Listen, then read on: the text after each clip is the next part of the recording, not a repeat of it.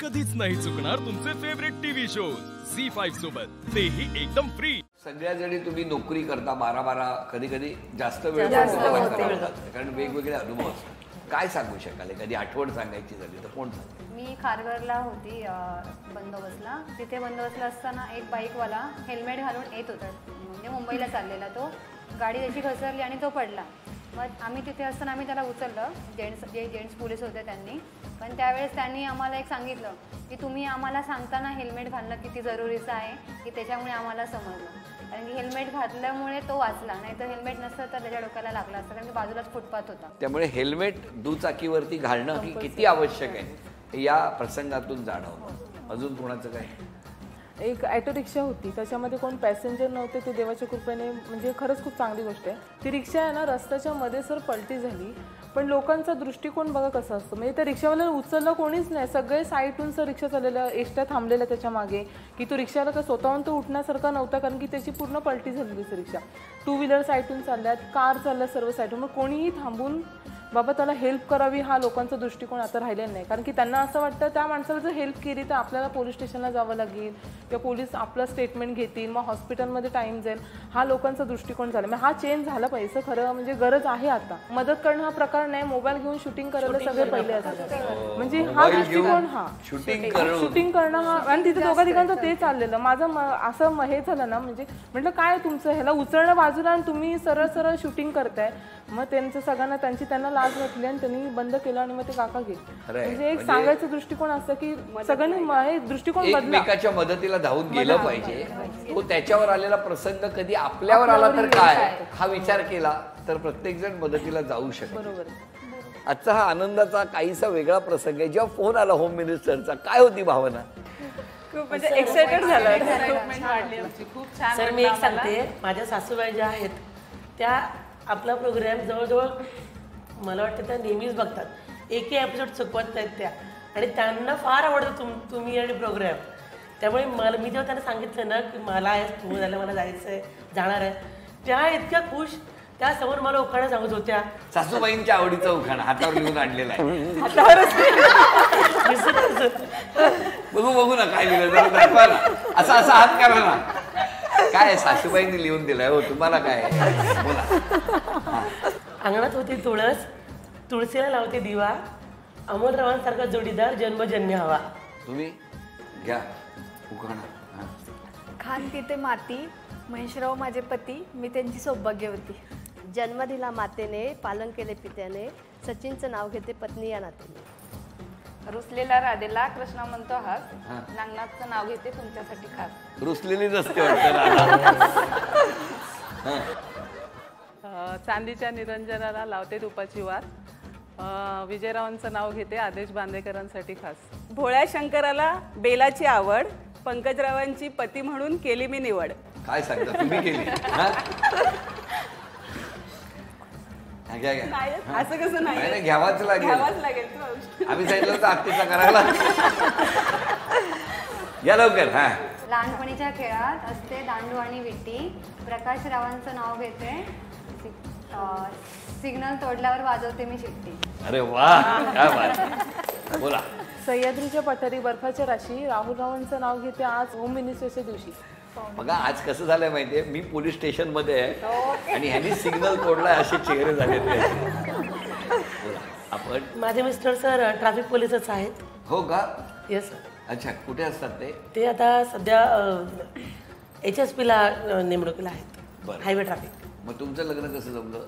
आमचं love marriage. रस्त्यावर? रस्त्यावर. अरे म्हणजे कुठे कुठे? सर काय नाही, बॅचलर आहोत दोघं पण. अच्छा. त्याच्यामुळे एकत्र ट्रेनिंग किंवा एकत्र होतो ड्युटीला त्यावेळेला. मग त्यांनी प्रपोज केलं तुम्हाला? Yes sir. आणि तुम्ही होकार दिला? हो सर. का?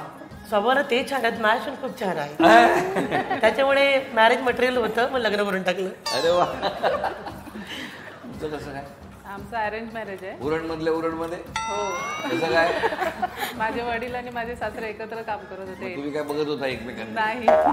मग सासऱ्यांनी विचारलं माझ्या वडिलांना की असं माझ्या मुलाचं लग्न करायचंय तर देणार का तुमची मुलगी? मग ते त्यांनी ठरवलं. पण जेव्हा तुमचं लग्न जमलं तेव्हा तुम्ही पोलीसमध्ये होता? हा, मी 1999ला पोलीसमध्ये भरती झाली. आज माझी 25 वर्ष सर्व्हिस. तुमच्या लग्नाला कसं काय? त्यांची जी बहीण होती ना, मावस हा, बहीण, मग ती काय ट्रेनिंगला माझी रूम पार्टनर होती. कुठे? ट्रेनिंग मध्ये. हा, मग तिला भेटायला वगैरे यायचे, ते फोन वगैरे करायचे. हा, तिला भेटायला हा, यायचे. म्हणजे तुम्ही काय करायचं तिकडे मग? ते आम्ही भेटायला ट्रेनिंगला गेलो होतो, मग तिच्या सोबत जायचं. तुम्ही कोण आलंय बघायला? ट्रेनिंगला नागपूरला असं घरचे आले की उत्साह असायचा ना, काय आणले खाऊ वगैरे असं. मग काय उत्साह ओळख वाढला? ओळख झाली. मग इकडे आल्यानंतर 1 वर्षाने ते लोक विचारायला आले घरी काय की तुमच्या मुलीचं लग्न करायचंय मला का? वाटलं ट्रेनिंग पूर्ण झालं का? लग्न करायचं का विचारायला आले. हा. मग आई वडील बोलले हा करायचंय. मग ते ठरलं. म्हणजे ओळखत होतो आम्ही ते एकमेकांना. कळलं आम्हाला. उगाच काय येत नव्हते नागपूर पर्यंत. ते काय इकडे नाहीये नाक्यावर. एखादी व्यक्ती नागपूर पर्यंत जाते. नाही, पहिले तर त्यांच्या बहिणीसाठी आले होते. ते पहिल्यांदाच बहिणीसाठी आले. एकदाच बहिणीसाठी आले आणि नंतर मग त्यांना वाटलं की इकडे जरा चांगलं वाहतूक आहे. मग ते लव्ह मॅरेजच आहे ना तुम्ही? हा सर. मग सांगा ना स्पष्ट लव्ह मॅरेज आहे म्हणून. तुम्ही विचारलंच नाही. अरे काय विचारलं? मीच विचारायचं. तुमचं? माझं आत्याचाच मुलगा आहे. हा, पण लव्ह मॅरेज नाही, अरेंज मॅरेज आहे. माझ्या सासऱ्यांनी मागणी घातलेली की म्हणजे कविताला द्याल का तुम्ही? तर माझे आजी आजोबा बोलले की हो. माझे मिस्टर पण पोलीसमध्येच आहेत. आता आधी रायगडला होते, आता यांनी ट्रान्सफर करून घेतलं नवी मुंबईला. आमचं लव्ह मॅरेज आहे. ते कळलंच मला जेव्हा या सांगत होत्या ना, तेव्हा त्यांचा चेहरा आता मेरी नंबर आहे का अशी तयारी सर. माझं काय चलन. बोलायचं कसं. मग काय झालं? हा, काय नाही, कॉलेजमध्ये त्यांच्या ज्या फ्रेंड्स होत्या 12वी पर्यंतच्या, त्यानंतर काय? त्यांच्या फ्रेंड्स होत्या 12वी पर्यंतच्या मैत्रिणी? ही पण होती सर त्याच्यामध्ये. हो, तुम्ही पण होता? नंतर मी लेडीज कॉलेजमध्ये होते फर्स्ट इयर पासून. आणि मग ते अलिबागला कॉलेजला गेले. त्याच्यानंतर ह्यांची ओळख ही त्यांच्या कॉलेजपासूनची फ्रेंड आणि ही माझ्या बालपणीपासूनची फ्रेंड. म्हणजे पहिली बालवाडीपासून आमचं शिक्षण 12वी पर्यंत एकत्र झालं. आम्ही शेजारी राहतो. 1 किलोमीटरचा फरक आहे दोघींच्या गावामध्ये. जवळ आहे हो शेजार तुमचा.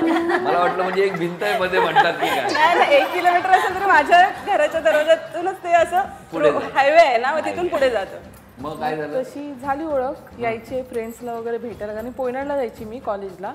मग ते मैत्रिणीला भेटायचे. मग माझी ओळख झाली आणि मी त्यांना समोरून विचारलं. तुम्ही? हा, उलट आहे. हा, सिरियसली.